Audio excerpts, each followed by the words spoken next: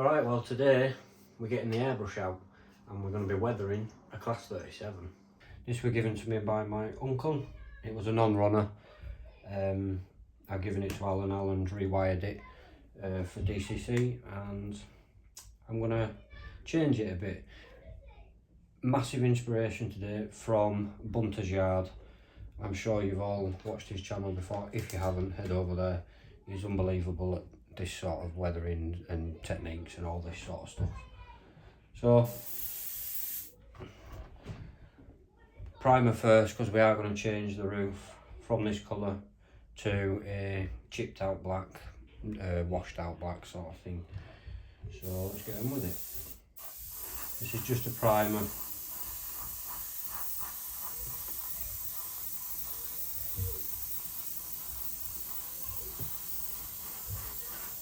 Ideally it wants to be a black primer, but I ain't got any left.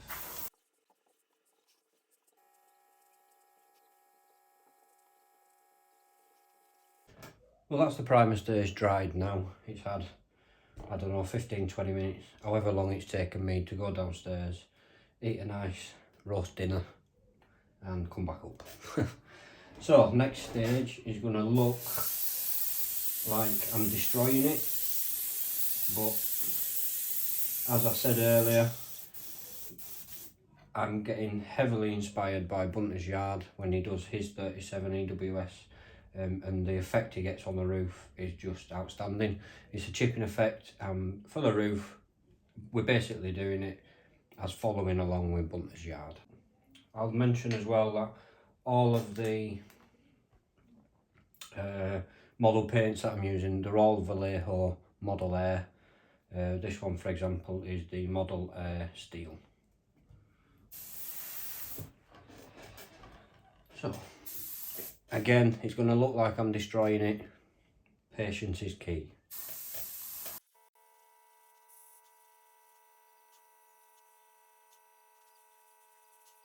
So now I'm going to clean the airbrush out while that dries. Again, 10 minutes and then we can move on. Now this stage here is sort of going to explain why I've gone so crazy with the steel colour. So what we're going to do now is we've got a chipping medium again for the airbrush, and we're going to apply this before we apply the final top coat of paint of what we want the final coat to be. This chipping medium, I have thinned it down, but it's almost like a glycerine consistency. It's very thick, very gloopy, and when I spray it you'll notice that it just spits. It's not a constant flow, which is completely fine.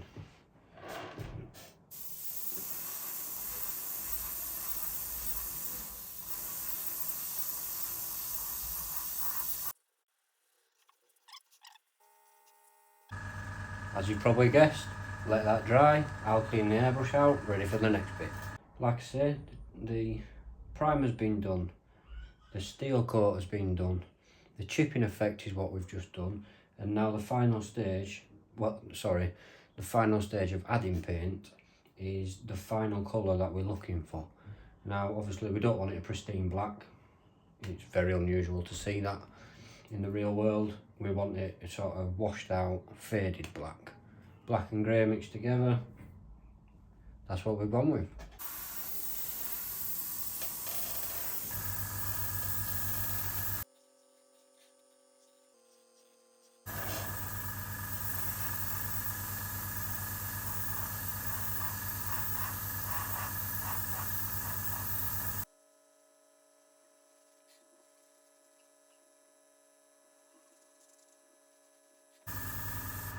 Never go for full coverage on the first sort of 2 or 3 passes.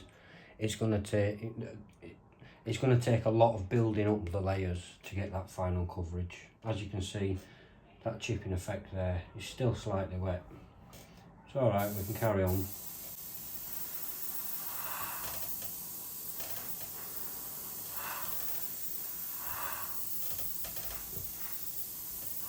Keep the airbrush the same distance from one end to the other.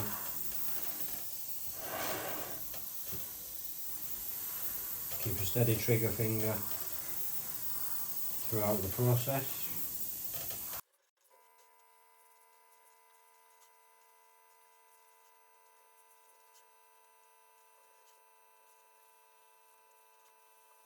So I think I'm happy with that coverage.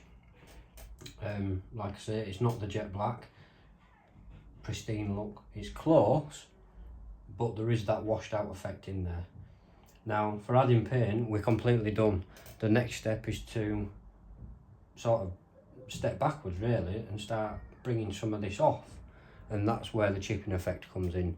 So that needs a good, because the chipping effect is underneath this coat of paint, that needs a little bit longer to dry, so we're going to leave this sort of 15-20 minutes instead of the 10 minutes between the paints.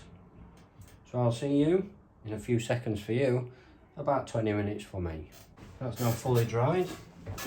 So the 20 minutes as I said it would. Now we can take the masking tape off and see the damage.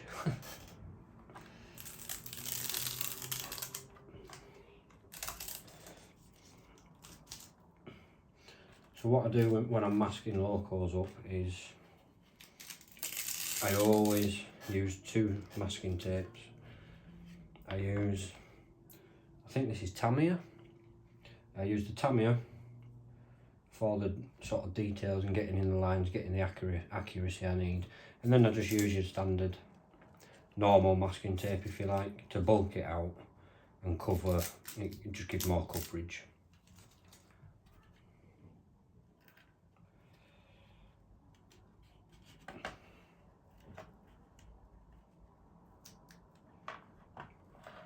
It's always satisfying, this bit.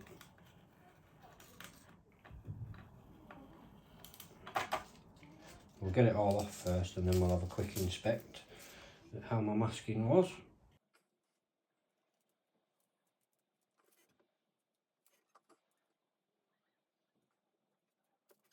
So if I just bring that up a little bit,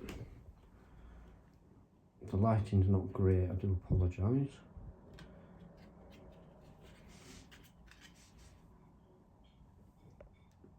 Not a bad masking job, that.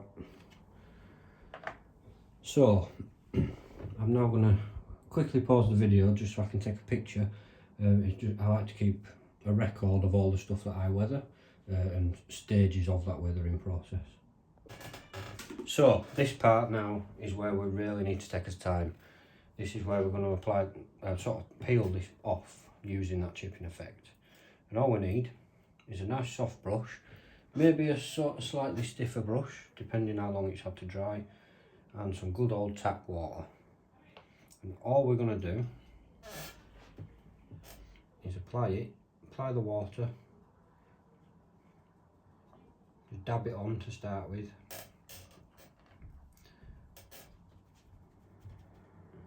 And we're just going to gentle strokes, and what you'll see happening is the paint will start chipping. There we go, look. Now you have to do this in stages, in what's the best way to describe it, in baby steps, I guess, because if you press too hard you're going to peel a lot of it off. I'm just going to keep it nice and steady.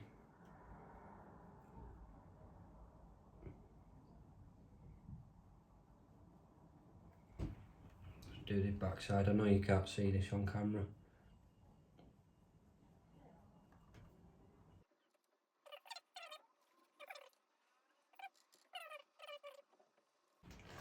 I'm just going to go out and just see if that angle's in focus, in shot, which it is. Now we're going to start working our way back. And I'm dabbing off excess water as well while I do this.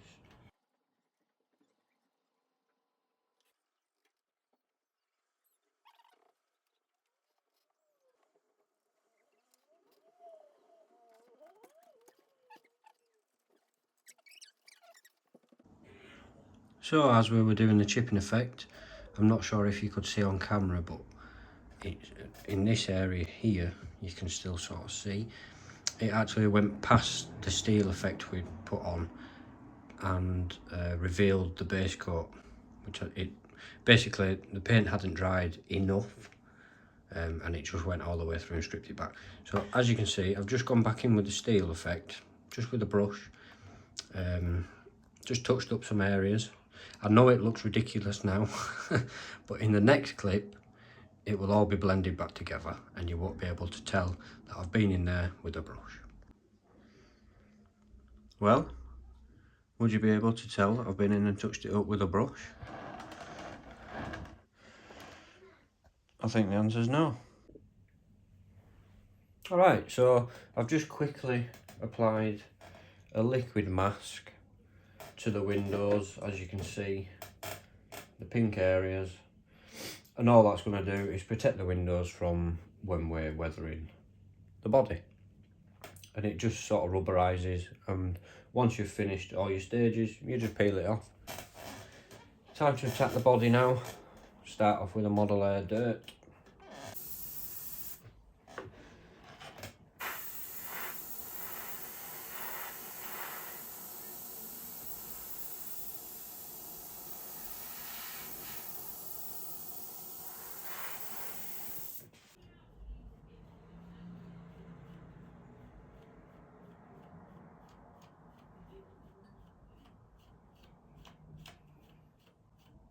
We're just applying it with the airbrush thinly across the top, then damping a brush and wiping most of the moisture off and doing downward patterns.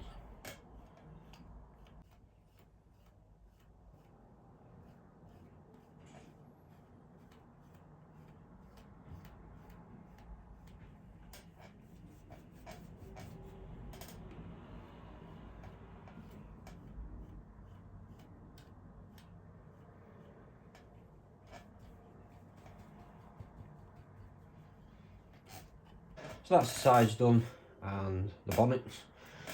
I know it looks a bit, well, dusty, but this next stage is where we're going to change that. And what we're going to do is we're just going to come in with some black, highlight the grills, and that'll bring the body sides to stand out a bit.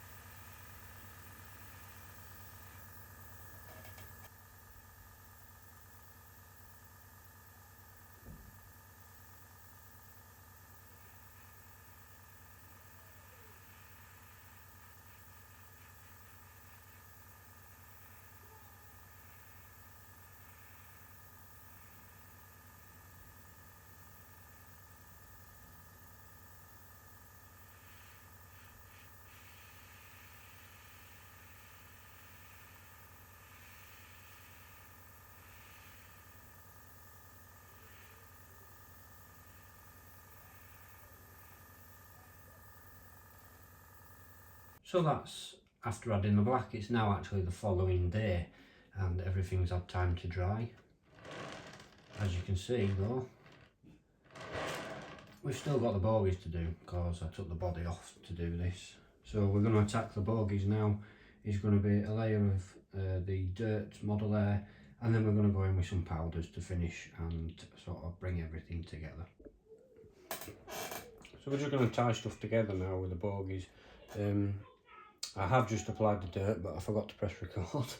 So we're going to, like I say, we're going to tie it together now using a powder, and this is Vietnam Earth powders. Be very, very careful if you've not used them before. Very easy to put on, extremely difficult to take off.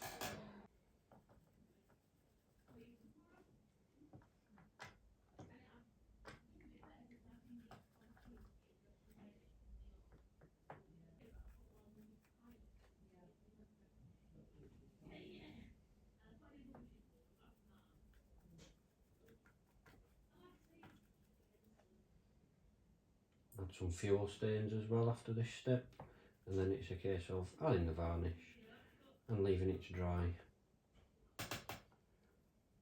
But it's alright, like I say, it will tone down a little bit.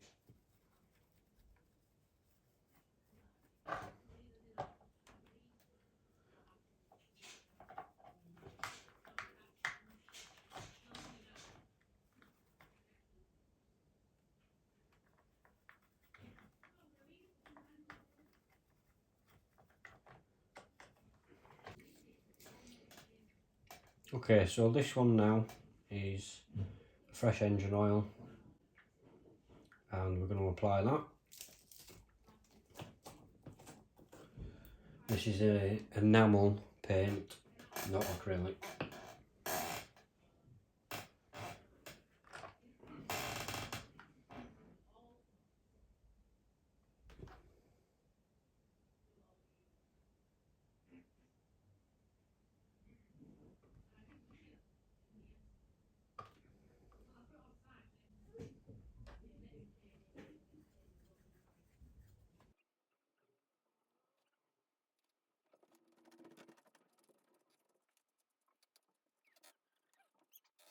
Well, that's it. Everything's dry, the matte varnish has dried. I've peeled the mask off the windows, which were protecting them. Would I do anything differently? Yes. I think the dirt colour, personally, is a little bit too, I want to say orange. It's catching my eye a little bit too much. I thought the matte varnish would have toned it down slightly more than it has. And I think I went a little bit heavy on the black around the grills. So those two are the things that I would change if I were to redo it. It's all a learning process, it's all part of the game. Thank you very much for watching.